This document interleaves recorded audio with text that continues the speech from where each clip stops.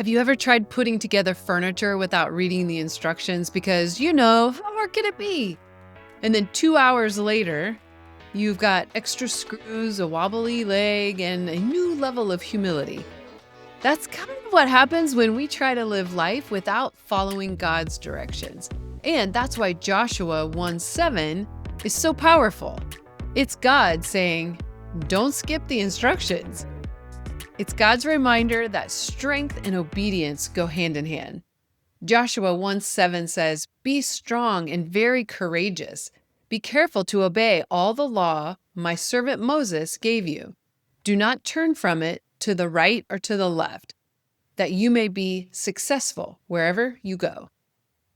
Joshua was stepping into leadership after Moses. Big shoes, big pressure, and no map other than God's word. And God didn't say, just be brave.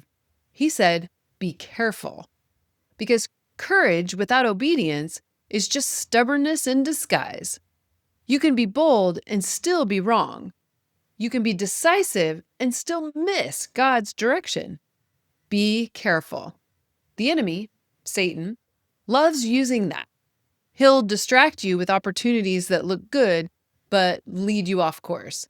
He'll whisper doubts, encourage comparison, or stir up fear until you just start turning slightly to the right or slightly to the left.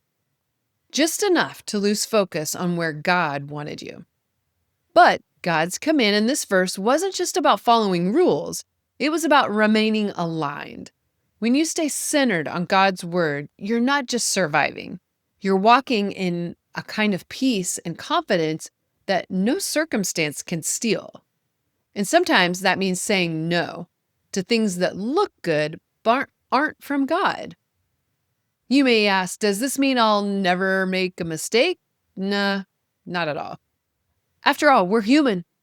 Even Joshua messed up later when he didn't seek God's guidance in a deal.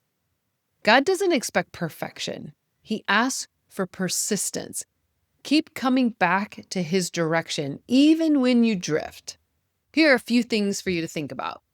Where in your life are you tempted to take shortcuts instead of staying faithful? Are you letting distractions or fear reroute you away from God's instructions? What does being careful look like for you right now in your relationships, work, or decisions? Here's how to put this verse in action today. Before making any big or emotional decisions this week, pause and pray.